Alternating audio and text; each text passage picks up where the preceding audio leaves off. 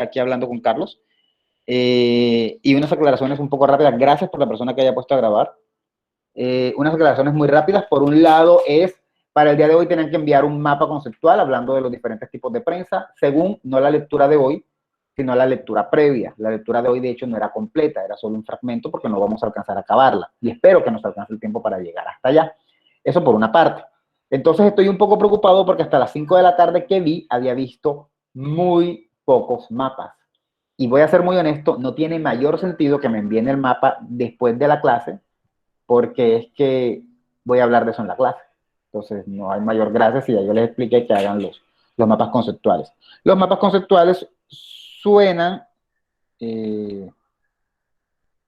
los mapas conceptuales funcionan como un tipo de nota, ¿no? También son un tipo de nota y pues lo voy a tener en cuenta, eso por una parte. Por la otra, los resúmenes que hicieron para hace 15 días, ya los envié todos, creo que a todos les llegó su resumen y al que no le haya llegado me deja saber. Me preocupa un poco que son en la lista,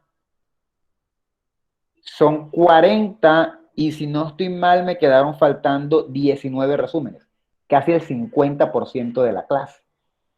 Eso me parece preocupante porque pues la idea primero es que todo el mundo los haga y segundo porque eso cuenta como nota, eso no es solo una actividad. Profe, a mí no me ha llegado el resumen. No sé quién eres, no sé quién está hablando. Giovanni. Pues bueno, en parte lo estoy diciendo para que me digan si no les ha llegado y voy a tomarme un minuto y voy a buscar enseguida a Giovanni, porque yo considero que sí los vi todos, pero voy a buscarlo. Correo tampoco ha Profe, llegado. pero usted respondió los correos.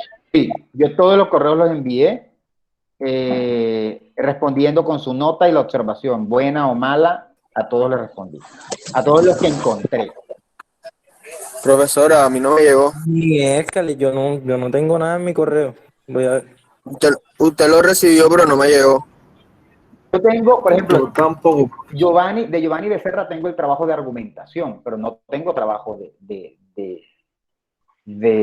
teoría. Ojo, estamos en clases de teoría. Que no sea que se estén confundiendo. ¿Quién más me dice llegó y no llegó? A ver, me estaba diciendo Rafael Enrique Ortiz. Sí. Rafael Ortiz.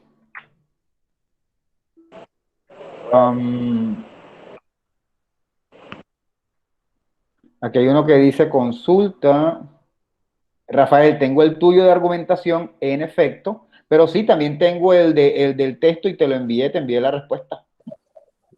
Sí, pero es que no sé, no me sale. Voy a ver para ver. Escribiste 3 páginas y yo te puse una nota y estoy viendo la nota ahora mismo. Tienes que buscar la respuesta a tu correo, pero sí te lo respondí. ¿Quién más dice yo? Ok, profesor. Profe, Aura Vanessa. Aura, me parece que el tuyo no lo vi porque no recuerdo haber revisado el de muchas mujeres. Creo que nada más revisé como el de 3. Por cierto, en este salón hay muchas mujeres. ¿Aura qué? Bravo Díaz. Bravo. Aura Bravo. Aura, solo encuentro Vanessa Bravo, ¿no? Sí. Solo encuentro el de retórica, de argumentación, que fue para el jueves de la semana pasada. El de este no lo he visto. Aquí en el correo no me sale. Profe, voy a revisar porque yo recuerdo habérselo enviado. Mira, vamos a hacer una cosa. Voy a compartir pantalla porque a mí no me sale. Yo estoy compartiendo pantalla, ¿verdad? Aquí está. Puse Vane Bravo, que es como está identificado este. Y mira, sale el de retórica, tarea de retórica, que es argumentar, que es todo esto, lo otro. Esto no los he visto todavía. Y si pongo Aura Bravo,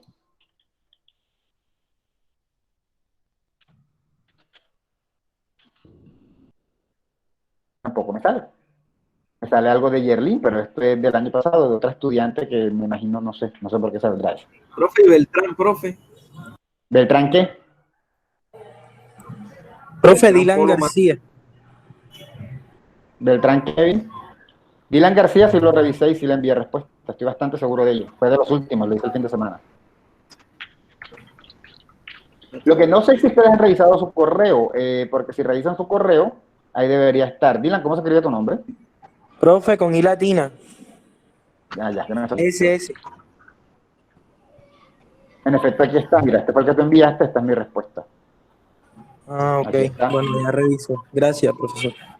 Sí, revisen su correo primero porque no me voy a pasar la clase aquí mirando. Cuando ya le respondí. Kevin, ¿qué me preguntó? Beltrán, profe.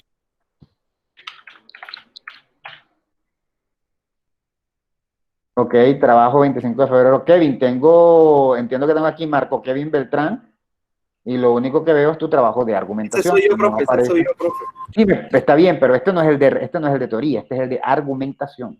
Ya me estoy dando cuenta, profe. ¿Sí? Entonces yo estoy hablando del de argumentación, el primero, el resumen. Esto no ha terminado de descargarse, ya terminó de descargarse. El primero, el resumen.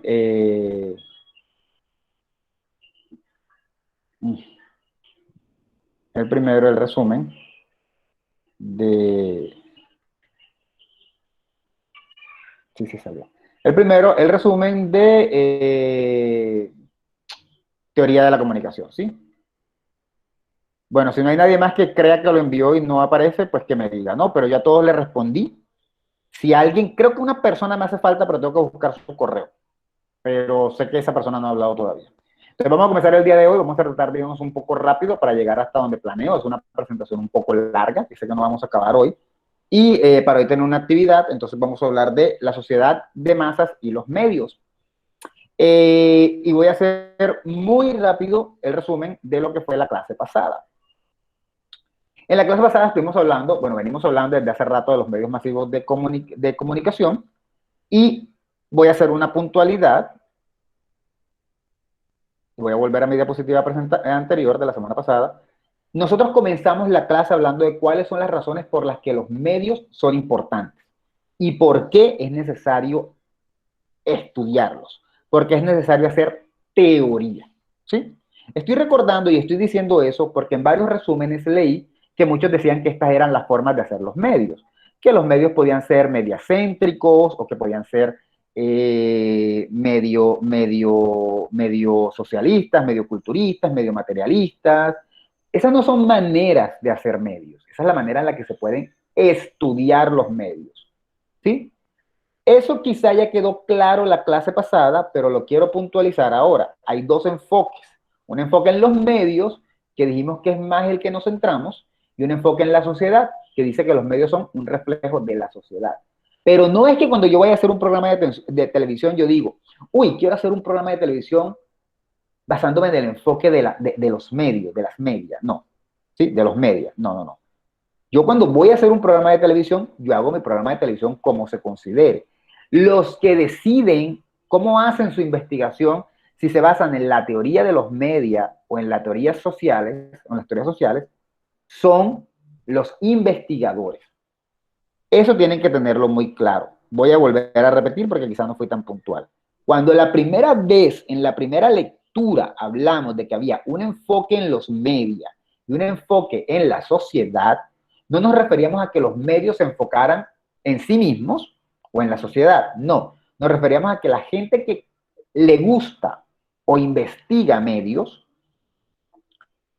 determina si los medios van a seguir, o el estudio de los medios va a seguir un enfoque basado en los medios o un enfoque basado en la sociedad, ¿no? Pero eso es muy diferente. Eso es igual a si ustedes, digamos, Carlos hace un programa de televisión, un programa de crítica de cine, y nos va a hablar del Padrino, y viene, ¿qué digo yo? Aura, y Aura va a hacer un texto, una investigación sobre el programa de Carlos, y Aura decide, yo voy a analizar este programa de Carlos basándome en el enfoque de los medios. O yo voy a analizar el programa basándome en el enfoque social, ¿sí? Pero es la Aura como investigadora la que toma esa decisión. Carlos solo hizo su programa. Entonces, decir que podemos hacer programas de televisión o podemos hacer los medios basándonos en el enfoque de los medios es un error. Estos son enfoques teóricos para analizar los medios, no para hacerlos. ¿Sí está claro? Sí, está claro. Bien. Sí, señor. Eso porque en varias redacciones no abordaron bien lo de los enfoques Y entiendo, no lo tenían tan claro. En varias ni siquiera ampliaron mucho, pero es que hay otras en las que no es que no lo dejaron claro, es que se equivocaron en lo que estaban diciendo, ¿no? Dicho eso, podemos comenzar con hoy. La clase pasada ya dejamos esa lectura a un lado, en esa lectura vimos 6 razones, por las cuales los medios deben ser estudiados, qué los hace importantes, y eso tenemos que sabernos y tenemos que sabernos para el parcial y para la vida, pero ya eso lo dejamos de lado.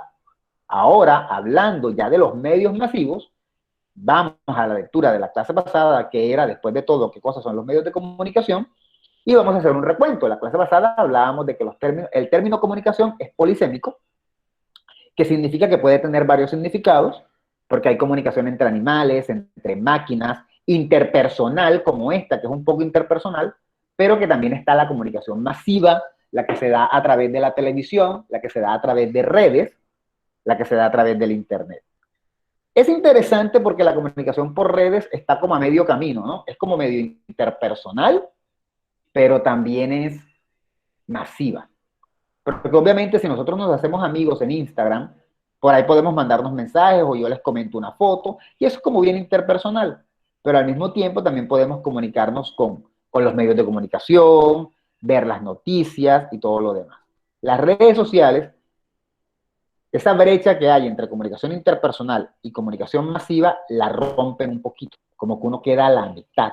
Como que ya yo puedo contactarme y le envío un mensaje, qué sé yo, a alguien que admiro en otro lugar, veo una historia en Instagram y se la comento.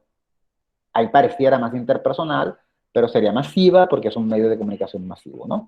Pero vamos a considerar que los medios de comunicación, el término comunicación es polisémico porque puede implicar comunicación entre animales, comunicación entre máquinas, comunicación entre personas y la comunicación entre personas con los medios masivos. Cuando ya no es que el mensaje me va a llegar a mí, sino que le va a llegar a todos, ¿sí? Ahora, si bien es cierto, hay muchos tipos de comunicación, la comunicación de las personas, del humano, es más importante que la comunicación entre máquinas y animales, porque transmite sentido, va más allá del simple mensaje que estamos dando. Eso también lo vimos. Y así como eso pasa en la comunicación interpersonal entre nosotros dos, que mi tono puede significar que estoy molesto, o que estoy alegre, o tal cosa. Por ejemplo, todos pudimos notar que cuando Carlos estaba hablando del Padrino, estaba emocionadísimo hablando del Padrino. Y estaba emocionadísimo transmitiendo su idea. Eso lo notamos en su tono, en su expresión, sin verle la cara. Era evidente que él estaba emocionado de poder llevar la película que le gusta o la saga que le gusta a la teoría, y que comprendió y le sirvió para entenderlo. ¿Sí? Eso es interpersonal. Pero así como pasa, así como nosotros notamos eso, esa emoción de parte de Carlos, vemos que hay un sentido más allá, que no solo que nos está transmitiendo una información, sino que incluso está motivando a que la veamos, está motivando a que vea uno la tercera parte. De hecho, sí es una tarea que tengo pendiente. De hecho, la iba a hacer en febrero antes de que la quitaran de Netflix, pero me di cuenta que todavía está en Prime, así que me calmé. Pero motiva, ¿no? Y de pronto Giovanni entró al ruedo y dijo, tú estás hablando de una película, y de pronto Giovanni hoy sale con la idea de Carlos menciona esta película y me la voy a ver. O sea, ese mensaje transmitió, más que la información, transmitió otras cosas. Nos pudo motivar. Así como eso pasa en la comunicación interpersonal, también pasa en la comunicación masiva. ¿Por qué? Bueno, la razón es bastante simple, porque es que la comunicación masiva también y a veces vemos una película, como El Padrino, por ejemplo, que aparte de todo lo que es y todo lo brillante, también tiene un trasfondo.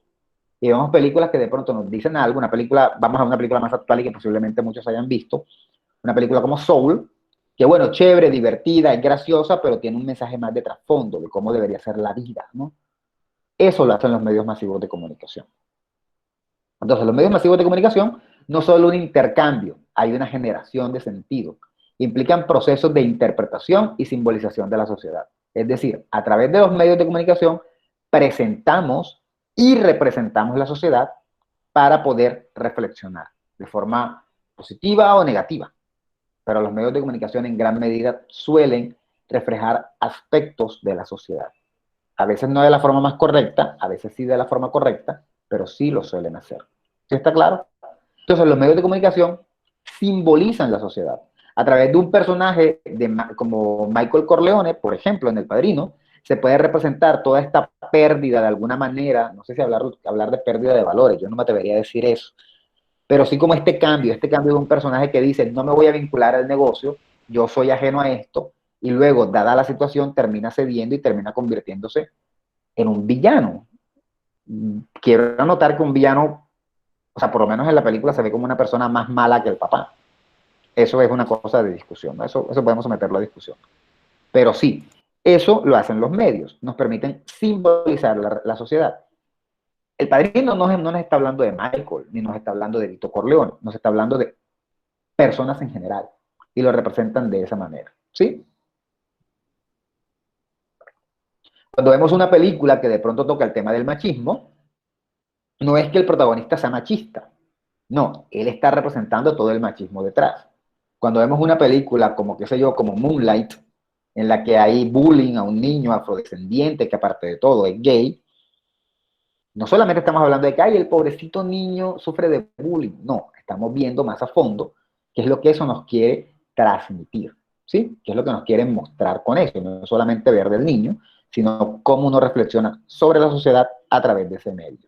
Es decir, el medio no es solamente entretenimiento, se supone que nos genera un sentido. Y de ahí es donde a veces evaluamos si lo que nos están diciendo es bueno o es malo. Cuando las producciones no tienen mucho sentido, es cuando quizá consideramos que son malas. Cuando sí lo tienen, es cuando consideramos que son buenas. Pero eso es relativo. Cada quien mirará y le encontrará sentido a las cosas. ¿Sí? Dicho eso, los medios también, y hay que tenerlo en cuenta, y eso lo vimos desde la primera lectura, los medios cambian la sociedad. La aparición de un nuevo medio de comunicación puede hacer que la sociedad cambie. Netflix nos cambió la manera de ver televisión. ¿Sí? Antes me acuerdo hace 10 años, 15 años, yo me emocionaba y decía, van a dar tal película, por ejemplo, El Padrino, me la vi así cuando la dieron, bueno, esa fue la segunda vez que me la vi, pero me la vi así, la dieron en televisión nacional y fue como, uy, hay que sacar el espacio y me voy a dormir tarde porque me la voy a ver y tal.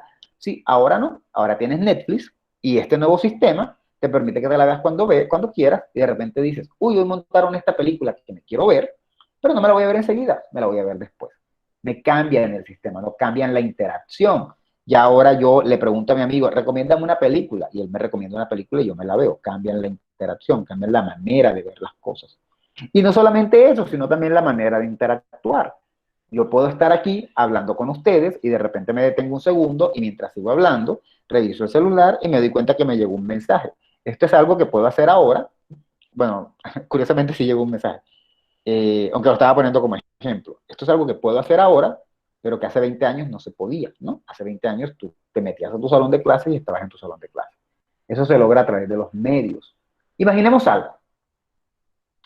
Hace 200 años, la prensa, ¿200? Sí, 200 años, la prensa no era tan popular como ahora. ¿Ustedes creen que la gente podría estar tan enterada de lo que sucede como ahora? Las cosas eran No. más locales. No, Pues definitivamente no. Ustedes saben qué es la peste española, la gripa española. No. ¿Qué hago sobre eso, No. profe? Bueno, la gripa española fue una gripa que se dio durante la Primera Guerra Mundial. Y fue una gripa que mató un montón de gente, peor que el coronavirus. ¿Sí? La pregunta del millón es, ¿por qué si esta gripa fue tan mala, solo la recuerdan unos pocos? O sea, mucha gente la recuerda, pero no es tan popular como hablar de qué sé yo, no es tan popular como hablar de la Primera Guerra Mundial. Yo les digo que es la Primera Guerra Mundial y todo el mundo va a saber. Fue una guerra que se dio por allá en Europa a principios de siglo. Mínimo eso lo saben. Pero si les digo, ¿qué es la gripa? Esa es la misma peste bubónica. No recuerdo. No, la peste bubónica viene de la Edad Media. ¿Cuál fue donde los médicos se ponían una máscara como que tenían un pico como para no acercarse a la... Eso fue con la gripe española. Ok. Bien. Pero ¿qué pasa? ¿Por qué ustedes creen que nosotros no tenemos tanta información de la gripe española como tenemos del COVID? Pues la documentación, profe, o sea, no es lo mismo.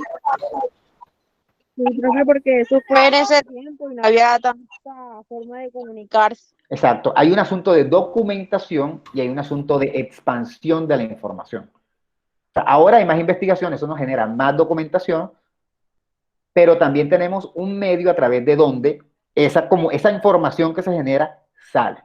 Ese cambio de estar tan aterrados por el COVID, ¿qué lo generó? Pues los medios, ¿no? No digo que los medios nos hayan metido miedo, lo que estoy diciendo es que no nos hubiéramos enterado del COVID de no ser por los medios. Quizá ya todos estábamos preparados o ya todos sabemos que venía. Me acuerdo que cuando ya las noticias comenzaron a sonar, a retumbar, boom, boom, boom, bueno, ya llegó a tal parte, ya está en los Estados Unidos, ya tal cosa, ya aquí por lo menos en mi casa ya había comenzado la idea de, ahorita llega a Barranquilla, ahorita llega a Colombia, ahorita tal cosa, ahorita, y como a la semana, pum, llegó. Si no hubiésemos tenido medios, no nos hubiéramos enterado de eso, sino que un día nuestro vecino se enfermó, lo llevaron y estuvo grave, y luego el otro, y entonces ahí es donde uno se la va pillando. Así debió ser muchas veces en muchos momentos dados de la historia, diferentes pestes, problemas, enfermedades. Ahora no, ahora nos enteramos gracias a los medios transforman las realidades. Las transforman a tal grado que los avances tecnológicos que han permitido identificar huracanes llegan a los medios de comunicación y entonces la familia puede comprar tablas y poner tablas para que no le rompan, hacen los mercados, hacen la gran prevención. Yo no tengo idea cómo haya sido la llegada de huracanes al Caribe hace 400 años. ¿Quién les iba a avisar? Primero, no había la tecnología para saber cuándo llegaba un huracán. Y segundo, si lo hubiera habido, ¿cómo se entera la gente? Por un vocero, les van diciendo. Entonces, los medios de comunicación, en ese sentido, transforman la realidad porque mantienen informada a la gente, pero también, aunque la gente sigue informada, pueden haber cambios que hagan que la gente se mueva a otras cosas. Hace 20 años tenemos la televisión, y la televisión es la reina de la información. Sin embargo, sin duda alguna, el Internet también implica un cambio, porque entonces seguimos informados, pero nos informamos de otras maneras, ¿no? Con otros medios, ya no solo la televisión, sino muchas informaciones. Sí está claro todo lo que estoy diciendo, ¿no? Esto no es muy difícil. Sí. Sí, bro. Bueno, todos los cambios en torno a los medios, todos los cambios en torno a los medios suelen estar mediados por desarrollos técnicos que se generan dentro de un espacio de relaciones sociales. Eso también lo vimos, ¿no? Cuando hay un cambio en los medios, generalmente hay un cambio técnico. Esto de tener Netflix ahora, pues, debió haber un cambio técnico para poder tener Netflix y que ahora tengamos películas como Bandersnatch o como Kimmy Schmidt, no sé si los hayan visto, bueno, Kimmy Schmidt es la película, que son de donde tú vas decidiendo qué va pasando, esos son cambios tecnológicos. Y es una nueva manera de ver televisión. Hace unos 13, 14 años, Caracol Televisión sacó una serie que a mí me gustaba mucho porque se basaba en la mitología griega y la daban a las 8 de la noche. Me acuerdo que la promocionaron como la serie donde usted decide lo que va a pasar. Se preguntaron ustedes, ¿pero cómo? Bueno, resulta que cada que acababa un capítulo, los que la hayan visto, ponían una votación y decían, para el día de mañana, no sé quién cita va a hacer esto, no sé quién cita va a hacer lo otro. Y la gente marcaba por teléfono y votaba por la opción. Y de esa manera iban a desarrollar la serie, la novela. La novela no tuvo éxito y salió del mercado, ¿no? O sea, la novela no demoró sino como 2 semanas. Esa manera de Caracol ponernos a decidir no se hubiera podido hace 30 años. Porque hace 30 años nadie tenía celular, ni el testeo, ni mandar mensajes para decir, yo quiero que se muera, yo quiero que viva. Entonces, Caracol hizo un cambio en la televisión con base en el cambio tecnológico, pero aún no estábamos preparados. ¿Quién se imagina que uno podía decidir el destino de un capítulo? Nadie, hace 30 años nadie se lo hubiera imaginado. Hace 14, Caracol lo intentó. No le funcionó porque quizás no tenía la mejor técnica. Pero ahora mismo Netflix sí nos presenta películas en las que tú te las vas viendo y te dicen esta opción o esta opción, y tú vas decidiendo y de alguna manera tú vas armando tu propia película. Ese cambio que se ha dado en esa decisión, por ejemplo, es técnico. Alguien debió desarrollar una técnica para hacer eso. Entonces, Caracol quiso hacer un cambio hace 14 años, pero no le funcionó. ¿Sí? ¿Por qué? Porque todos los cambios que se dan en torno a los medios se relacionan con algún tipo de cambio técnico, alguna técnica diferente de hacer las cosas. pero van a funcionar solo si la sociedad lo acepta, ¿no?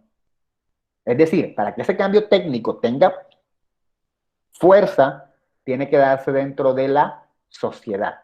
Si la sociedad lo asimila, ese cambio técnico va a generar un nuevo tipo de medio o va a fracasar. ¿Está claro lo que estoy diciendo? Sí. Ay, Dios, necesito babero. Sí, profe, disculpe, le habla Víctor Conejo, qué pena. No voy a meterle la ¿Sí necesito babero o sí necesito babero o sí entendieron? Se entendió, se entendió. Profe, yo entré hace unos minuticos, lo que pasa es que tuve un inconveniente, entonces para tener en cuenta si llamó asistencia a lista, valida mi asistencia. Bueno, quiero aclarar una cosa, yo no suelo llamar asistencia, yo lo que hago es que yo mientras estoy en la clase le tomo fotos a esto, generalmente al final. Aquí yo tomo fotos y luego yo tranquilamente los paso. Si alguien alguna vez considera que estuvo y que quizás se fue y no pasé, no lo tomé la asistencia, pues que me avise. Pero generalmente yo prefiero no llamar asistencia, sobre todo al principio, porque hay gente viva que simplemente viene y se va.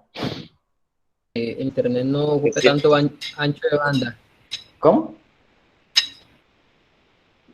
Bueno, no sé si era conmigo, Carlos. Estoy haciendo así, pero de paso voy pasando lista ahora, ya todo lo que me salga en el video con este nombre. Lo estoy escuchando muy entrecortado.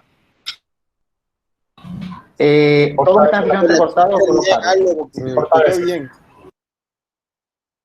Ok, gracias. No me asusten porque ayer me gasté, como dato curioso que no debería contar, ayer me conecté a la clase de epistemología y la di con mi celular y se me olvidó que estaba conectado con mis datos y descargué una película de 2 gigas. Y se acabó el plan. Menos mal en 4 días lo colocan, ¿no? Aquí haciendo un break para tomar de comerciales, ¿no? Comerciales. Cuando me di cuenta que se me fue el internet, pero ¿por qué se me fue el internet? Y fue, ay, qué tonto, estaba con el celular y me comí 4 gigas en 2 horas. En fin. Bueno, entonces ya sabemos eso, ¿no? Uno puede desarrollar técnicas, cualquiera de ustedes puede ser científico ahora, hacer tecnología y dice, me voy a crear un canal o un medio de comunicación que haga esto y de pronto es lo máximo y es novedoso, pero si la sociedad no lo toma, bailas, murieron en el intento, ¿sí? Dicho eso, sabemos con que los medios pueden ser resultado de un desarrollo técnico, es decir, se necesita crear aparatos para poder hacer los medios de comunicación. Los medios son tecnología y no técnica, porque los medios también necesitan intelecto. De nada nos sirve tener la mejor cámara del mundo si no tenemos la capacidad de transmitir algo a través del contenido que estamos creando, ¿no? Ahora tenemos la posibilidad de hacer podcast, muchos pueden hacer podcast desde su casa, grabándolo y luego montándolos en YouTube, pero si no vas a ofrecer ningún contenido, no estás haciendo nada, de nada te sirve el aparato. Yo de niño tenía una bicicleta. Ahora, una cosa es que yo tuviera una bicicleta y la otra es que yo la supiera manejar. No la sabía manejar, de nada me servía tener una bicicleta. Pasa lo mismo. Entonces no podemos confundir los medios con una técnica. Los medios no son un aparato. Los medios es lo que haces con el aparato, ¿sí? Son tecnología. Eso también lo vimos en la clase pasada y estoy retomando, ¿no? Dicho eso, estoy retomando por si acaso, porque a veces tengo la sensación de que mi clase no queda tan clara. Dicho eso, un medio de comunicación que comienza de una manera y termina en otra es la prensa, ¿sí? Y sobre eso se basó un poco la lectura que hicieron antes. ¿Qué quiero decir? La prensa usa una técnica. ¿Cuál es la técnica de la empresa? ¿Quién me lo dice? Un 5 en el parcial, si me lo dice. Muy bien. Muy bien. No hubiese respondido si no estaba viendo yo la pantalla. Ahora no sé quién fue y no te puedo poner el 5, lo siento. Te perdió un chance. La imprenta es la técnica de la prensa, pero la imprenta por sí sola no hace nada. La imprenta por sí sola lo que hace es imprimir.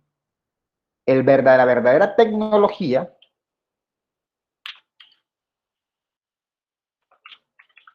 es la prensa. La prensa es tecnología. Oh, qué tonto. Es esa es la tecnología. Dicho eso, como varios sabemos, o como ya sabemos, que haya una tecnología actual o una técnica no significa que la tecnología va a ser siempre igual. La prensa es un tipo de tecnología, pero como ustedes pudieron ver en la lectura y en los mapas que enviaron, no siempre esa tecnología ha sido igual. La prensa siempre ha sido un texto escrito, siempre. Ahora de pronto virtual, pero siempre ha significado un texto. Una cosa es lo que era antes y la otra lo que es ahora. Y de eso hablo la lectura, como cada prensa va surgiendo, pero va surgiendo porque va surgiendo una necesidad diferente, ya sea del grupo o ya sea de unos cuantos, ¿sí? Es decir, la prensa es, si alguien me dice, ¿qué tipo de tecnología es la prensa? Yo diría, es un tipo de tecnología que se encarga de mantener a la gente informada de forma escrita. Sí, eso puede ser ahora, pero no siempre fue así. Ha habido otros enfoques y otras metas, otros objetivos, ¿no? Eso creo que lo leyeron. Entonces, la prensa es un claro ejemplo de un medio que usa una misma técnica, pin, pin, pin, la imprenta, pero se ha presentado como diferentes tecnologías. Entonces, vamos a ver por partecitas muy rapidito el surgimiento de la prensa. Primero, ya eso lo vimos la clase pasada, la prensa es viejísima, o sea, la prensa viene desde los griegos. Desde los griegos se comenzaron a redactar cosas para que circularan en la calle, pero no había una técnica que permitiera hacer eso de forma más amplia, sino que podrías hacer ¿cuánto? ¿10 pasquines y regarlos en tu barrio? No mucho más. O sea, la idea de informar es viejísima. El verdadero problema era que no se podía hacer mucho porque no había un invento tan grande como el de Gutenberg en el siglo XV. Gutenberg inventa la imprenta y eso nos permite reproducir mucho más. Como les decía, aquí hay una N que se me coló, había prensa en la imprenta, podría decirse que sí, pero muy poco en producción. La verdadera prensa, en el sentido estricto, no surge sino hasta el siglo XVII. Y es gracias al invento que se da en el siglo XV por parte de Gutenberg. Entonces, los primeros, cuando ya tenemos la imprenta, no necesariamente se comienza a hacer prensa enseguida, es mentira. Lo primero que se comienza a hacer es producir obras clásicas, qué sé yo, la Odisea, la Ilíada, la Celestina, el Neocid y muchos otros textos clásicos, no solo de literatura española o griega, sino de otro tipo. Y la Biblia. Todo el mundo no comienza a producirse la Biblia, aunque no todos puedan leerla. En ese momento en el que ya se comienza a producir textos, siempre va a haber un grupo que no va a querer que estemos tan informados, ya sea porque consideren que está mal estar informados porque los perjudica o porque creen que nos perjudica a nosotros. ¿Sí? O sea, de pronto, no deberías leer esto porque esto me perjudica a mí, porque vas a cambiar la idea que tienes de mí, así que mejor no te lo dejo leer, o por el contrario, no leas eso porque eso te va a llenar la cabeza de cucarachas y te va a hacer daño. La censura, y eso hay que tenerlo muy claro, siempre es mala. Bueno, desde mi punto de vista, pero se puede considerar la censura como mala. La censura siempre es mala en la medida en la que te cohíbe de información.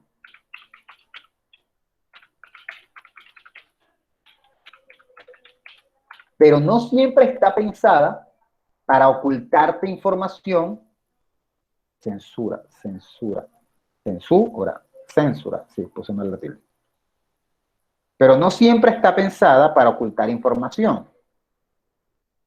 Pero siempre está pensada para ocultar información.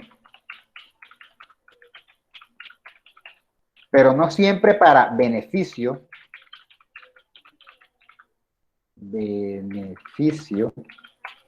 del censurador. A veces no es para beneficio del censurador, sino para beneficio del mismo lector. ¿Sí? Creo que alguien dijo algo, no sé si fue idea mía.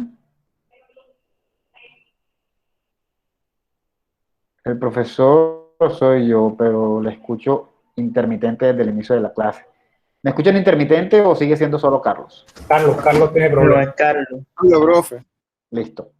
Por ejemplo, vamos a seguir con lo que estaba diciendo. Por ejemplo, si yo soy papá y soy un mal papá y resulta que me llega todos los días, todos los meses, me llega el comprobante de pago, donde me gano, no sé, 3 millones, 4 millones de pesos, pero tengo a mi hijo que no le compro ni ropa ni nada, y siempre le digo, no, mijito, es que no te puedo comprar porque yo no estoy ganando, me están pagando poquito. Y entonces un día llega el recibo y yo se lo quito a mi hijo para que no lo lea. Yo estoy censurando la información, pero se la estoy censurando porque a mí no me conviene que él sepa la verdad. ¿Sí está claro? Ese es un tipo de censura, es de las más comunes. A veces no se censura para beneficiarme yo, sino para evitar que haya un daño o un perjuicio sobre el destinatario o el lector. Vamos a poner un ejemplo bien tirado de los cabellos. Un ejemplo bien tirado de los cabellos. Yo tengo, sin querer, llegó a mi casa un manual sobre cómo jugar a la tabla Ouija y quedó en la mesa. Y cuando viene mi hijo, que tiene 7 años, 8 años y que le gusta todo tipo de travesuras y es muy inteligente, el chamaco ve el libro, vamos a ponerle 10 años mejor, 12, para que sea más piloso todavía, más piloso en el sentido de más consciente. Ve el libro y dice, uy, este libro está bueno, me lo quiero coger porque quiero practicar con la tabla Ouija. Quiero ver qué pasa. Y yo se lo quito, yo lo estoy censurando, pero no lo estoy censurando porque a mí no me convenga que eso pase. No, yo lo estoy censurando porque quien quita y él jugando la tabla Ouija sale un demonio y se le mete. Y yo quiero evitar eso, ¿sí? Entonces, a veces la censura se da para proteger a las personas y a veces se da para protegerse uno mismo. ¿Eso lo tenemos claro? Sí, claro. Claro, Pero la censura de cine es para eso. La censura de cine de no pueden entrar niños menores de 18 años porque tienen contenido sexual es para protegerlos a ellos, ¿sí? Entonces, ¿la censura desde cuándo surge? Siempre ha existido. Pero hablando de producción escrita, surge luego de que se comienzan a publicar los primeros textos, la Biblia, las obras clásicas, la Ilíada, la Odisea. Y el Estado y la Iglesia se meten a censurar lo que se publica, ¿sí? Se meten a censurar aquello que puede salir y que no se puede publicar. Generalmente el Estado lo hace porque no le interesa que cierta información política y económica salga a relucir. El Estado siempre ha sido igual, siempre, siempre. Y la Iglesia puede hacerlo por dos razones. Por un lado, porque hay cosas de la Iglesia que siempre son complicadas y que quizá quieren mantenerse ocultas, porque no les conviene, sobre todo en esta época que estamos hablando un poco de la Iglesia Católica. No sé qué tantos católicos hay aquí, pero todos sabemos que la Iglesia Católica ha tenido su parte oscura. Y entonces se censuraba también que no les convenía, pero en muchos casos también se censuraba porque quizá no era, se creía en ese momento dado que no era correcto leer esas cosas, ¿no? Como quizá leer de mitología, porque eso podría ir en contra de las leyes de Dios, entonces eso se podía censurar. Se trataba de cuidar el alma de la persona que podía leerlo, ¿no? Entonces siempre podía estar esa dualidad, pero la censura era más que todo sobre obras doctrinarias. ¿Qué es una obra doctrinaria? Bueno, una obra que posiblemente, porque no puedo señalar, una obra que posiblemente está exponiendo una idea de sociedad diferente a la que tenemos. Que tiene, esa obra puede tener una posición política, una posición que busque el cambio, que invite a la transformación. El libro El Capital de Karl Marx, o de Carlos Marx, es un claro ejemplo de una obra doctrinaria, una obra que surge y que quiere transformar la sociedad, ¿no? Esas son obras doctrinarias, obras que de alguna manera intentan que la gente tenga una línea de pensamiento, ¿sí? El Príncipe de Maquiavelo, que de alguna manera es un libro filosófico, también es una obra doctrinaria que nos pretende decir cómo debemos manejar la empresa, una empresa, la que sea, o un Estado o un reino, ¿sí? Una obra doctrinaria es una obra que busca que uno tenga una línea de pensamiento, ¿sí? Que uno las siga, como si fuera una doctrina. Y entonces, en este punto de la historia, cuando todavía no ha comenzado la prensa, se comienzan a prohibir cosas que puedan transformar la sociedad en contra de lo que se quisiera. ¿Sí está claro? Claro. Sí, Dicho profe. eso, es interesante porque primero surge la prohibición y después es que comienza a surgir la prensa. La prensa comienza como hojas informativas libres al igual que en los griegos y al igual que en la Edad Media y al igual que en la Edad Antigua, y siempre eran hojas informativas simples, sencillitas. Yo hacía mi hoja en la que informaba sobre diferentes hechos. Una obra de teatro, un evento, algo que había pasado, una persona que había muerto y cosas por ese tipo. Pero la diferencia es que ahora las hago porque tengo acceso a la imprenta. No significa que la imprenta sea mía, pero puedo tener acceso a una y ya las hago en masa. Y esas hojas comienzan a circular, pero en desorden. Sin embargo, entrado el siglo XVIII, esas hojas se convierten en periódicas, ya comienzan a salir con más regularidad y en ciertos tiempos, ¿no? Qué sé yo, cada semana, cada mes. Ahí comienza la periodicidad. Periodicidad, que va a dar como resultado el surgimiento de los periódicos, ¿sí? Esa es la primera muestra ya en grande, en masa. Eso es como el momento en que se produce el embrión de los medios masivos de comunicación. Ahí la semillita cayó sobre la arena y le cayó la primera gotica de agua. Esto va a crecer en una planta gigante. Y en efecto, los medios de comunicación, ¿de quién dependen? De la sociedad, profesor. Muy bien, de la sociedad. Y en el fondo, la sociedad es la que los aprueba. ¿Y quién los impulsa? ¿Quién es el grupo que de alguna manera les ayuda a mantenerse en el top o bajar? ¿Qué parte de la sociedad? ¿Qué parte de la sociedad? Sí. ¿Qué entes de la sociedad? La gente, Las instituciones de control político. Muy bien, las instituciones de control político. Las instituciones de control político son las que realmente le permiten a un medio existir o no existir. O sea, porque al final, si el gobierno se va en contra de un medio, le va a hacer la guerra y va a encontrarle la manera. Por ejemplo, cuando en Venezuela se cerró Radio Caracas Televisión, que se llamaba RCTV, ¡ay, que Chávez se está cerrando Radio Caracas, que qué mal, que cómo va a hacer eso! Bueno, vamos por partes. Radio Caracas, Chávez no cerró RCTV. RCTV tenía un contrato de, se me olvidó el término que se utiliza, o sea, un contrato para funcionar, que se vencía en un año X del 2000 y pico. Con Conatel. Sí, exacto, ellos tenían un contrato. ¿Qué se hace? Y eso existe en todos los países del mundo. Bueno, mentira, no sé si en todos, pero sí en muchos. Dado eso, Chávez no, obviamente había una contra entre gobierno y canal, ¿no? Entonces, ¿qué pasa? Que cuando viene el cierre del canal, que ya viene el momento en que se les vuelva a dar la licitación, ese es el término, para que puedan seguir transmitiendo, Chávez dijo, no se te va a renovar. O sea, él no cerró el canal, simplemente, así como cuando ustedes están trabajando y no les renuevan contrato, él no les renovó la licitación. Él no cerró el canal. Pero sí utilizó una estrategia para impedir que el canal siguiera funcionando, basado en la legalidad. O sea, lo que él hizo no fue ilegal. Pero indirectamente es un mecanismo de censura. Claro, es un mecanismo de censura, pero un mecanismo de censura no invasivo. Lo que pasa es que cuando cerraron a Radio Caracas Televisión fue el que le hizo la campaña política a Chávez. Claro. O sea, ya tenía muchos canales, por ejemplo, tenía Venevisión, a Televen y otros canales. Pero de la región venezolana ya estaban en contra del canal, porque montaron, por ejemplo, supuestamente, ya tú sabes. Sí.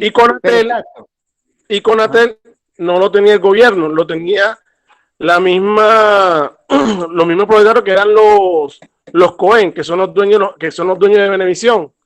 Ajá. Y el contrato al vencerse cerraron a Radio Caracas, solamente podía transmitirse por cable.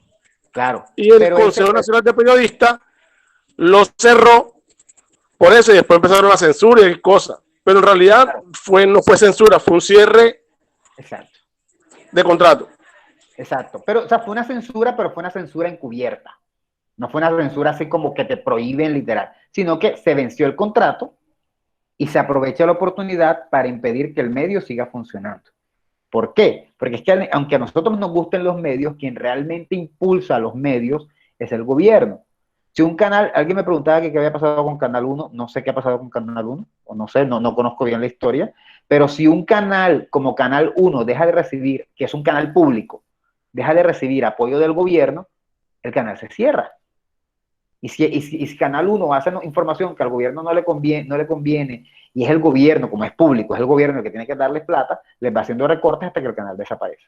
Entonces, sí, en el fondo son los gobiernos los que de alguna manera, como pueden, controlan los canales. Eso no viene de ahora, eso viene de siempre.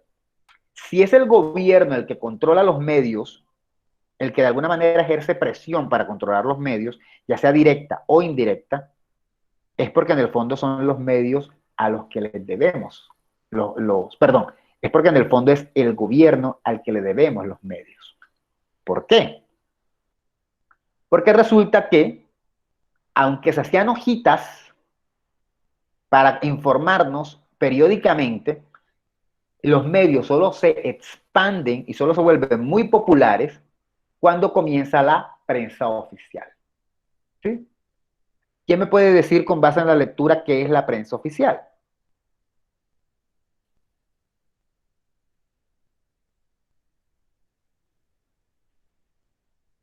Hicieron unos mapas, yo creo que pueden decirme algo, así sea malo, pero díganmelo para no seguir hablando yo solo. La prensa oficial. ¿Cuándo?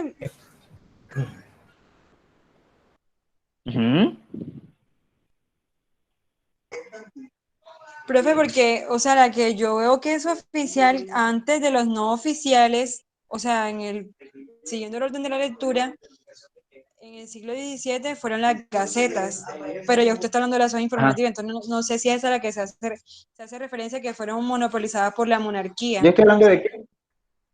Sí, en efecto. No sé qué quisiste decirme en un momento dado, pero sí. La prensa oficial es la prensa... Sí, porque es que yo en el texto encuentro literalmente no oficiales, entonces supongo que las oficiales serán las gacetas, no sé. Ok, sí, listo, ya entendí. Bien, muy bien. Es verdad, el texto.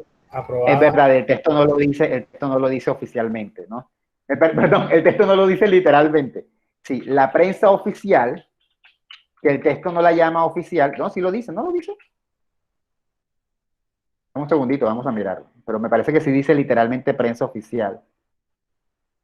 El contenido, así la prensa oficial bajo la forma de gacetas, sí, esto se le llama prensa oficial. De pronto no se notó mucho en la lectura, no importa, pero sí. La prensa, ¿qué pasa? Cuando las monarquías se dan cuenta de que estos pequeños textitos periódicos, o sea, estos papeles que se entregan con periodicidad, cumplen su función y la gente los lee, ellos dicen, espérate, ¿y por qué nosotros no hacemos lo mismo con esto?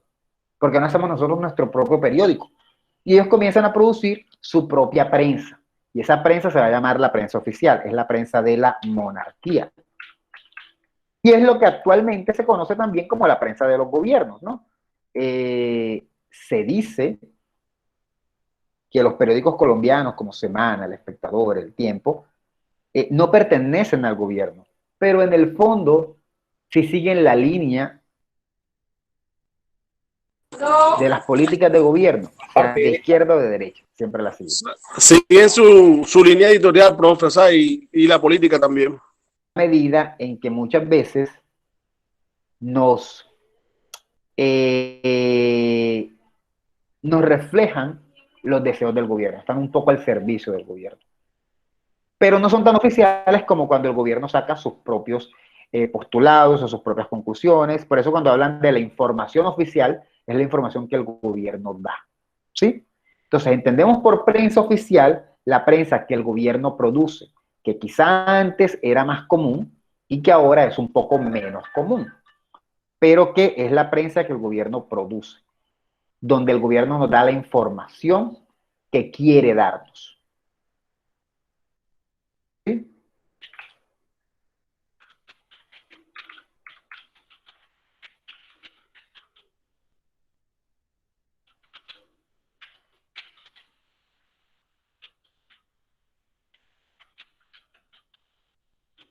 Cuando yo digo que es la información que nos quiere dar, es que no necesariamente es la verdad.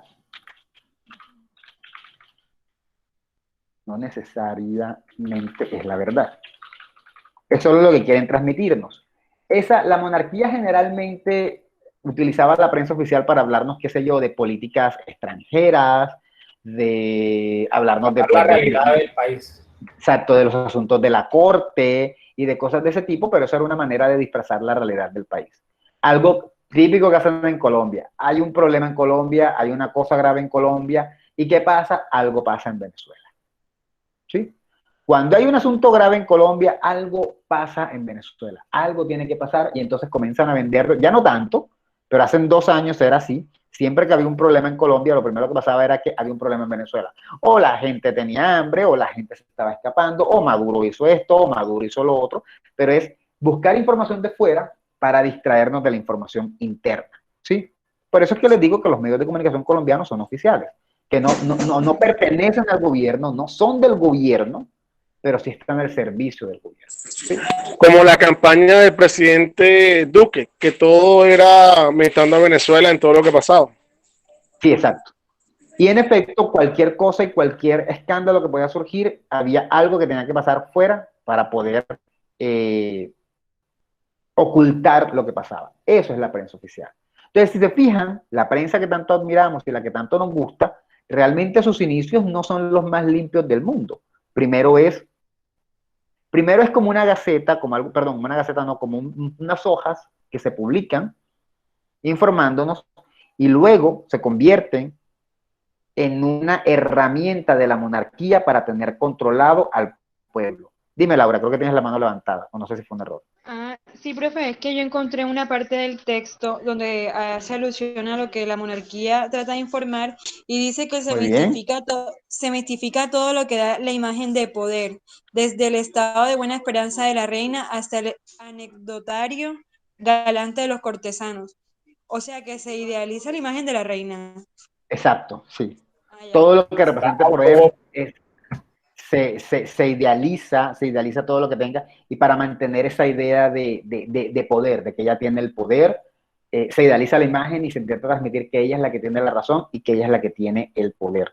Y de la reina y de los reyes, ahí de pronto porque están haciendo alusión un poco a Inglaterra, que por cierto creo que es de los imperios que más reinas tuvo, pero realmente sí, es en general como mantener esta imagen. Algo así pasaba en Rusia, me acuerdo que una vez leí una biografía de Catalina la Grande, y algo así pasaba en Rusia. Catalina la Grande hizo un tour por toda Rusia durante un año, y cuando iba a pasar Catalina, siempre arreglaban el pueblo como para transmitir la imagen de que la reina estaba empoderada, tenía poder, empoderada en el sentido de poder, no como lo utilizan ahora, que tenía poder, ¿no? Y el pueblo de alguna manera veía pasar a la reina que era una mujer poderosa, era una manera de mistificar la reina. Y eso hacía la prensa hablaba de las grandes hazañas que se hacían de pronto en la corte para indicar que ellos son los que tenían el poder, que ellos eran los poderosos, que ellos eran los que sabían lo que hacían. ¿Sí? Y no es nada raro que de ahí deriven, quizá tiempo después, pues las noticias de farándula. No directamente, porque no fue como que luego se inventaron las de farándula enseguida, pero de ahí derivan un poco esta idea de transmitirnos quién tiene el poder y quién no. En algún momento dado, RCN, y no me quiero meter tanto con Uribe, pero en algún momento dado, RCN, por allá en el 2007, 2008, me acuerdo que todos los días tenían algo que contarnos de Uribe. A Uribe se le perdió el celular, Uribe tiene ojeras, Uribe se estaba durmiendo, Uribe se rió con su hijo, Uribe tal cosa, Uribe. Fue el grado en que en un momento dado le escogieron como el personaje del año, porque Uribe tenía una popularidad alta. Ahí no nos querían transmitir la imagen de Uribe como una persona con poder, sino como una persona humana, con sentimientos, y por eso nosotros teníamos que querer a nuestro presidente. Eso lo hacen los medios cuando están al servicio del gobierno, cuando son oficiales. Por eso mucha gente considera que RCN es un medio del gobierno, aunque el dueño no sea el gobierno. ¿Sí? Un medio de las muchuelas. De hecho, es muy común cuando el debate presidencial que estaba el actual presidente como aspirante, recuerdo que RCN constantemente la presentadora decía, vamos a unos mensajes institucionales, y realmente era la campaña del actual presidente acompañado del expresidente, bueno, del innombrable. Ok, de Voldemort. Eh, sí, en efecto. Eso que dice Dylan, que había escrito en el chat, de que al mejor estilo de Hitler con su propaganda nazi, sí, eso es prensa oficial. Eso es, bueno, eso era no solamente prensa. Hitler no solamente era prensa, porque también había cine y un montón de cosas, pero todo eso era oficial. De hecho, eso vamos a hablar cuando hablemos de la aguja hipodérmica, ¿no? De cómo se controla al pueblo a través de los medios oficiales. Pero sí, es muy cierto. Muy bien. Dicho eso, aunque había una prensa oficial, también surge pues la contraparte. Aquí repetí dos cosas. Y es que en el siglo XVII en Inglaterra surge la prensa doctrinaria no oficial, que es la prensa que ya no se va a tragar entero lo del gobierno, sino que ya va a criticar y a proponer otro tipo de políticas. Sí, es el siglo XVII, es Inglaterra, hay monarquía, todavía hay monarquía. Pero no importa, cualquiera era libre de alguna manera de expresar su opinión a través de folletos, haciendo críticas al gobierno, críticas a la manera en la que la monarquía se llevaba a cabo, y se le considera doctrinaria porque está intentando ver una forma diferente de hacer las cosas. Lo que les decía del Capital de Marx, es un libro doctrinario, un texto que quiere cambiarnos de pensamiento. ¿Sí está claro? Eso surge en Inglaterra.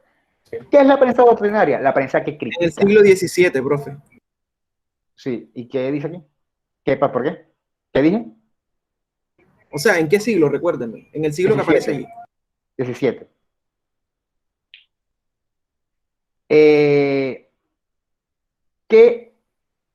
Esto sale entre el 17 y el 18. ¿Qué pasa con esto? Esto realmente viene a cuestionar los gobiernos. Ahora, ¿hay prensa doctrinaria oficial? Claro, la prensa que nos dice a nosotros que el gobierno es lo mejor, que el gobierno es lo mejor, es doctrinaria también, porque nos quieren cambiar la mente, pero a favor del gobierno. Esta es no oficial porque se va un poco en contra del gobierno. En Colombia yo no sé si hay, eso sería una buena pregunta que se podrían hacer ustedes, prensa no oficial, pero lo que sí hay son periodistas que intentan hacer un poco de prensa no oficial. María Jimena Duzán, en Semana, sus trabajos son de prensa no oficial, o sea, siempre tirándole al gobierno. Vicky Dávila, en el momento de Santos... Canal 1. Bueno, Canal 1 es prensa no oficial, siempre intentando caerle al gobierno. Muy bien, cierto noticiero de Canal 1, que es Noticias 1, si no estoy mal. Es un tipo de medio no oficial, no digamos prensa, porque eso no sería prensa, pero sí sería un tipo de medio no oficial, ¿no? Que siempre está intentando cuestionar y criticar. Durante la Revolución Francesa, como todos ustedes saben, cae el régimen, cae el rey, cae Luis XVI, obviamente todos se vienen en contra del gobierno, viene y surge la burguesía, y es un momento en el que se da mucha de la prensa no oficial porque lograron tumbar al gobierno, entonces ¿qué vamos a hacer? Hablar del gobierno. Y cada persona tenía su opinión y cada persona tenía su propio pasquín en el que publicaba sus opiniones. Ahí se fue una bolita de nieve. Sí, de alguna manera. Y la prensa no oficial se expande en el siglo XVII y XVIII, gracias a esto. ¿Sí?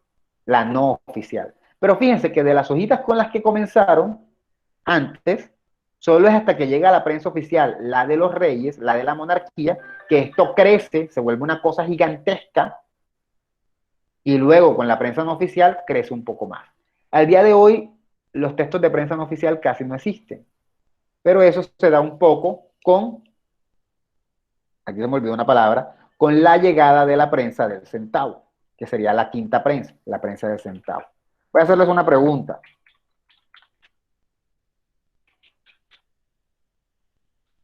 Una pregunta muy sencilla.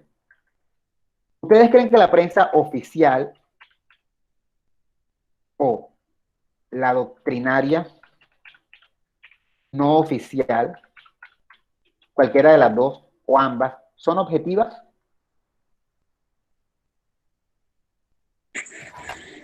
Subobjetiva. Subjetivas. ¿Objetivas o subjetivas? Subjetiva, profe. Yo diría que objetivas a su favor. No son objetivas, bueno, cada una apunta para lo que quiere. Ajá. Nada es subjetivo a tu favor. Cuando tú haces algo objetivo a tu favor, es subjetivo. Objetivo es cuando tú quieres transmitir la verdad. ¿Sí? Bueno, alguien me pregunta que si se le llama prensa oficial a la que siempre se le tira al gobierno. A la que siempre le tira a lo que es hegemónico, a la que siempre está en contra, o por lo menos no es producida por el gobierno no está detrás de ella. No siempre tiene que tirarle al gobierno. Dylan mencionaba ahorita, dame un segundo, Dylan mencionaba ahorita Noticias 1, y Noticias 1 no siempre le va a tirar al gobierno. Si el gobierno hizo algo bueno, pues no le van a tirar. Lo que hay que tener en cuenta es que no está controlada por el gobierno, no está intentando servirle al gobierno. Dime, Marcos. Profe, es que así fue que nació, tirándole al gobierno, ¿no? Sí, claro. La prensa no oficial surge tirándole al gobierno.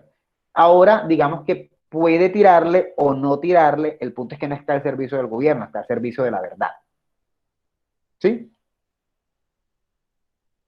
Profesor, ¿y cómo se maneja ese concepto de verdad en los medios? No sé, te lo dejo Partiendo del hecho de de que no hay una verdad, una verdad sino absoluta. verdades. Exacto. Entonces, bueno, estaríamos diciendo, por ejemplo, que el trabajo periodístico e investigativo que hizo Daniel, se me olvida su apellido, el que hizo Matarife, que muestra una verdad, pero otros medios que contrarrestan o que se contraponen a esa verdad, ambos dicen ser depositarios de la verdad. Entonces, dije muchas veces la palabra verdad. Entonces, Sí, es bastante complejo ese concepto, cómo se maneja. El concepto de verdad en parte es relativo a los medios, tú mismo lo acabas Yo de decir. digo, Dylan, no pregunto, o sea, con la película, el documental de Matarife, yo lo vi y veo que, por ejemplo, se mueven los periodistas, hacen su investigación, pero era mejor para mí que el personaje que estaban hablando estuviera el presidente, porque yo lo que veo que ellos querían hacer como que el caso Watergate aquí está en Colombia y no se pudo. ¿Sabe que el caso Watergate dio muchas cosas en Estados Unidos con la cuestión de Richard Nixon? Y esas cosas, periodistas hoy en día no hablan de eso. Yo creo que, para intentar responderle un poco a Dylan, es cierto, la verdad es relativa. Y se puede considerar la verdad como un ejercicio de esclarecimiento, ¿no? Esclarecer los hechos hasta lo más posible. Sin embargo, hay un problema con el lenguaje, y es que el lenguaje siempre va a ser subjetivo. Eso ya es otro tema, pero el lenguaje siempre va a ser subjetivo. Siempre vamos a tener la posibilidad de decir, ¿qué les digo? Dieron de baja a un grupo de guerrilleros o mataron a un grupo de guerrilleros. Al final es lo mismo, pero el término dar de baja no tiene la misma carga que tiene el término matar. Matar es como un crimen, dar de baja es, claro, depende del discurso. Entonces, sí es cierto lo que nos está diciendo Dylan, no existe una verdad absoluta.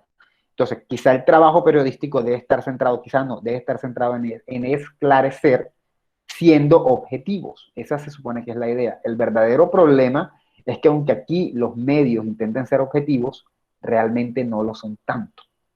Ese es el verdadero problema. Cómo nos venden la noticia. Cómo Caracol, que es lo que yo veo, hizo un festín con el cuento de las vacunas, que hicieron todo un show mediático hasta cuando iban a poner la primera vacuna, simplemente para vendernos la idea de que pues el gobierno estaba cumpliendo, cuando era la primera vacuna y que sea la primera en un país que ya debía llevar mucho más, ¿no? Entonces, sí existe una verdad basada en evidencias, pero el problema es cómo presentas esa verdad. Y de alguna manera las evidencias a veces no son tan claras. Entonces, por eso el objetivo sería esclarecer lo más que se pueda.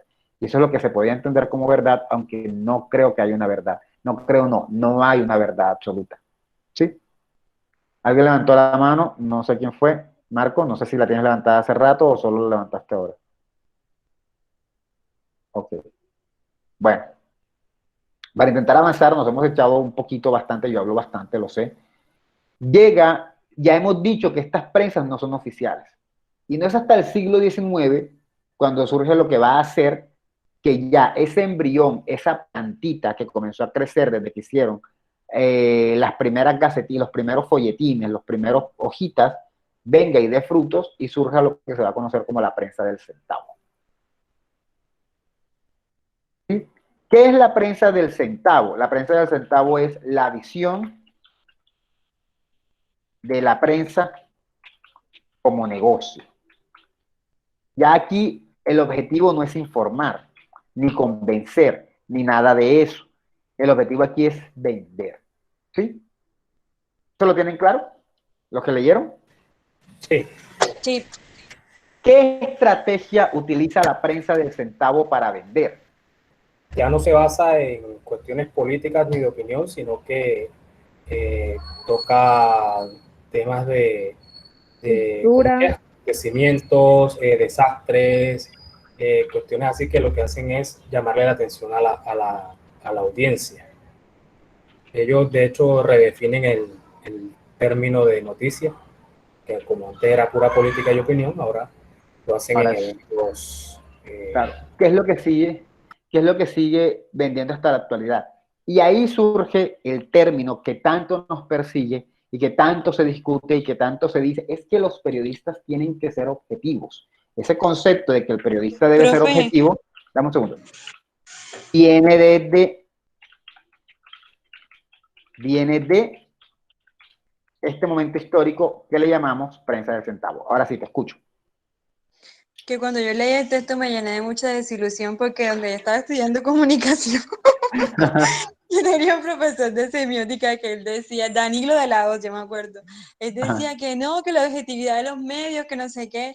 Entonces cuando yo llegué al final del capítulo, sí o sea, como que me di cuenta de como que de otras realidades, siempre había leído de pronto otros puntos de vista y la manera de ver de que simplemente todo es o sea, simplemente con el fin de abarcar más gente.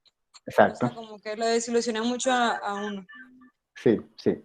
O sea, que uno siempre está defendiendo esa idea de que los medios tienen que ser objetivos, de que tal periodista no sirve porque tiene que ser objetivo y no se da cuenta, espérate, es que el concepto de objetividad no surge porque estemos en busca de la verdad, surge porque estamos en busca de platica, surge porque queremos que el periódico se venda. Para aclarar un poco, para los que no hayan leído, que yo me imagino que sí todos leyeron, pero para aclarar un poco, tiene que ver con lo que está diciendo Laura. O sea, cuando surge la prensa del centavo, lo que se quiere es vender periódicos, ¿sí? Se quiere vender. Entonces, vamos a suponer esto. Yo soy castrochavista, ¿no? Entonces, como yo soy castrochavista, yo no voy a comprar un periódico donde se apoya el uribismo. ¿Ah? Ok, cuidado. Estoy poniendo un ejemplo. El castrochavismo sabemos que es un concepto inventado por el uribismo, que eso realmente no tiene ni bases teóricas ni nada. Pero vamos a decir que yo soy castrochavista. Entonces, yo no voy a comprar un periódico que alabe al uribismo. ¿Qué sé yo? Carlos aquí es uribista, no va a comprar un periódico que sea castrochavista, ¿no?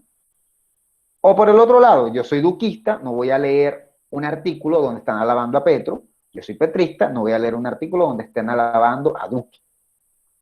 ¿Qué pasaba? Que cuando se quiere llegar, la prensa del centavo básicamente se entiende como el momento histórico en el que comienza la producción masiva de prensa para llegar al mayor número de gente posible, para generar el mayor número de ganancias.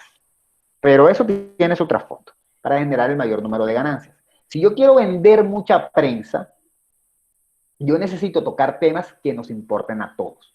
Y por eso es que comienza a tocar temas que llamen la atención a la actualidad, a la comunidad, a la audiencia, que tengan que ver con, qué sé yo, lo que está pasando en el mundo, terremotos, accidentes, cosas que tengan sangre. Ahí también surge lo que dice el amarillismo, porque el amarillismo vende. Si no, pregunten cuál es el periódico más popular en Cartagena. El amarillismo vende y surge ahí. Y ahí surge la idea de que la prensa tiene que ser objetiva, porque ya no podemos tener opiniones, sino que tenemos que contar los hechos con verdad, basados en la verdad. Nada más falso que eso, porque la prensa del centavo bastante mentira que echó, pero supuestamente eran mentiras que no tenían opiniones, sino que a una señora se la llevó un coche por delante y el caballo le aplastó las piernas. Era mentira, pero en esa noticia no hay opiniones, simplemente queremos llamarle la atención a la gente. ¿Sí? Decían que publicaban descubrimientos científicos, pero que eran falsos. Eran falsos, exacto. Pero simplemente era por lo llamativo. Pero es que acaso no nos pasa. O sea, incluso a veces estamos en YouTube y vemos una línea así que dice, qué sé yo, baja 4 kilos en 3 días. Y dices, ¿cómo así? ¡Ping! Y luego lo pinchas y te das cuenta que están diciendo otra cosa, que están diciendo que vas a bajar 4 días. Pero, ¿cómo? Clickbait se llama eso. Ok, no lo sabía. Pero que no vas a bajar en 4 días, sino que esto es así, ya sabes, ya sabes. O sea, te ponen un titular o algo que te llame la atención para que tú accedas a ello, ¿no? Bien, eso comienza a pasar en esa época y comienza lo que viene a llamarse la prensa del centavo, que realmente tiene por objetivo vender, se quiere vender. ¿Y de dónde vienen las ganancias? De la publicidad. De la publicidad. De la publicidad. Pues por eso se llama prensa del centavo, porque venden esos periódicos súper baratos, pero la ganancia la reciben de la publicidad que hay en la prensa. Antes, ahora nosotros abrimos el Q, vemos publicidad y vemos anuncios, y abrimos cualquier periódico y tiene anuncios, incluso en internet nos están mostrando anuncios, y uno dice, ¿y esto de dónde viene? Esto surge con la prensa del centavo. La prensa era muy barata, no daba lo que se recogía en dinero, no daba para hacer el periódico, pero los periódicos ganaban a través de las publicidades que hacían a través de las prensas, ¿sí? A través de los afiches que mostraban. Incluso había periódicos que tenían más publicidad que información, eran prácticamente revistas de compra. La gente los compraba para leer la noticia, costaban 1 centavo, eran súper baratos, leían la noticia, pero también veían, qué sé yo, el nuevo vestido, el nuevo tocado, el nuevo espejo, el nueva cosa, y de esa manera se lucraban todos. Se lucraba el que creaba el producto para venderlo, y se lucraba el periódico porque vendía más y se generan los grandes imperios, y también de alguna manera, entre comillas, gana el pueblo porque tiene prensa barata, entre comillas, porque realmente no ganan nada, ¿no? Fíjense que nombres como Pulitzer vienen de ahí, y uno pensaría que, qué sé yo, no sé, Pulitzer era un tipo brillante. No, realmente era un tipo simplemente que impulsó la prensa, la impulsó de esa manera, pero no es la manera más correcta, ¿no? Y de ahí es donde la plantita que se sembró primero, con las hojitas, por aquí, da fruto y se convierte en un árbol, y comienza el primer medio masivo, donde todos tenemos a diario la posibilidad de tener prensa, de tener un periódico en nuestras manos. Y tenemos a estos niños que vemos en las películas de Hollywood, con su gorrita, con la prensa, atraparon a no sé quién y tal, y lo van, atraparon al ladrón, y la gente, todo el mundo, que da risa porque en las películas siempre vemos que como que les quitan el periódico de las manos, así como, ¡bim! Y no lo pagan, y uno dice, oye, pero ¿por qué se llevan el periódico y no lo pagan? No tiran una monedita. Y uno dice como que, ay, qué mentira. No, no es mentira, así era. Porque eran a centavo, y porque el objetivo de esa prensa era vender publicidad. ¿Sí? ¿Dudas? No, profe, así es. De hecho, a finales del siglo XIX, como tal, a finales del siglo XIX existían 2 periódicos que tenían competencia, que era el New York World y el New York Journal. Entre esos 2, como tal, había un ambiente de mucha tensión, que era como, se le llamaba como una guerra periodística que había entre los 2. Tanto así que muchos diarios los acusaban por tener ese tipo de pleito periodístico. Okay. Entonces, de ahí empezó a surgir como tal también un término amarillista, porque como tal una persona que se encargaba de crear diseños, publicidades e informativos de manera, con unas terminologías muy fuertes, lo hacía a través de un niñito que tenía como un vestido de color amarillo, creo. Sí, claro. Un vestido de color amarillo, calvito, creo, y con una copa que vivía alrededor de vino, de tragos y cosas así. De ahí empezó también a surgir el término amarillista, porque entre los 2, tanto era la competencia que buscaban la manera, en los otros diarios, para destruirlos, buscaban la forma de cómo hablar mal de ellos para generar más ingresos económicos. Sí. Todo tiene una justificación capitalista, todo tiene un origen capitalista. Y fíjense que, bueno, no vamos a alcanzar a tocar el capítulo que les había dejado, lo van a terminar y la próxima sí lo vamos a comentar. En la próxima semana hay clase normal, el parcial va a ser un pequeño texto, bueno, ni tan pequeño, que van a redactar y que espero que todos se entreguen. En Proyecto L les voy a señalar cuánto vale, pues he decidido ponerle es que todavía no sé si me van a enviar todos el mapa, pero por ahora tiene un valor del 70%. Hoy en la noche les diré cuánto vale ese texto que van a entregar como parcial. Y va a incluir la lectura que les dejé para hoy, ¿no? Someramente, y algunos las leyeron, creo que es una lectura fácil, y lo que va a incluir es muy breve, lo que tendrían que señalar. Pero fíjense que para cerrar yo sé que ya deben tener clases, pero para cerrar todo esto que se está dando en el siglo XIX, se está dando en un momento en que también se está dando en el mundo la revolución industrial, ¿sí? que es ese momento en que las maquinarias comienzan las grandes empresas, las grandes máquinas, y se dan los movimientos de gente que vive en pueblos, en granjas, se dan los movimientos a las ciudades. Y las ciudades comienzan a crecer porque se comienzan a llenar de gente. Fíjense cómo se da la cuestión. O sea, en el momento en que se va dando el proceso de que va apareciendo la prensa, como un medio de comunicación masivo porque se vuelve barata y todo el mundo tiene acceso a ella, al mismo tiempo, curiosamente, las sociedades comienzan a crecer, las ciudades se hacen más grandes. Porque resulta que el que vive en el campo ya no encuentra trabajo y dado que está surgiendo la industria, gracias a la revolución industrial, esa persona se muda a la ciudad y las ciudades crecen. Eso no solamente pasó allá, eso también pasó acá, incluso en Barranquilla y en Cartagena, han habido momentos históricos en los que se han llenado de migrantes, personas que vienen de pueblos, de lugares cercanos, pues para buscar oportunidades de trabajo.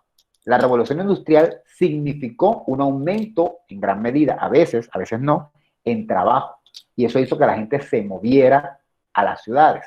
Algunos a buscar trabajo en empresas, otros simplemente porque el negocito que tenían en el pueblito quebró por culpa de la revolución industrial y se movieron a la capital a buscar otras oportunidades. Entonces, fíjense, va surgiendo y va creciendo este concepto de la prensa masiva y al mismo tiempo la ciudad se va agrandando como una más. ¿Sí? Y hasta ahí nos quedamos por hoy y nos quedamos cortos, pero bueno, espero que haya estado clara la clase. ¿Dudas?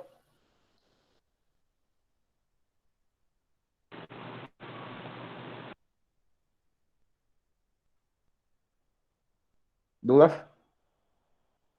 Profe, lo de texto es lo de, o sea, para el parcial tenemos que hacer la lectura y además el texto que usted va a mandar. Bueno, la lectura era para hoy. La lectura yo me imagino que ya está hecha, solo que ahora van a hacer un texto como un tipo ensayo, como un informe de todo lo que hasta ahora hemos visto en el semestre y va a incluir lo que hablamos hoy, lo que hablamos en la clase pasada, lo del primer capítulo, y va a incluir también una parte de lo que tiene que ver con comunidad y sociedad, que fue algo que ya se supone que leyeron, que de hecho era lo que nos estaba comentando un poco nuestro amigo Carlos al principio. Prueba de que sí lo había leído y que es bastante sencillo de entender, son las primeras páginas apenas del texto. Y en la próxima clase avanzamos más en el tema de masa. ¿Sí? Ah, listo. O sea, usted va a dejar todos los pasos a seguir del trabajo en Proyecto E. En efecto, sí. Un conjunto de preguntas. Y ustedes van a redactar un texto. Ojo, no es responder las preguntas una por una, sino que van a hacer como una especie de texto de reflexión general teniendo en cuenta las respuestas a las preguntas que yo les haga. ¿Sí? Listo, profe. Bien. ¿Dudas?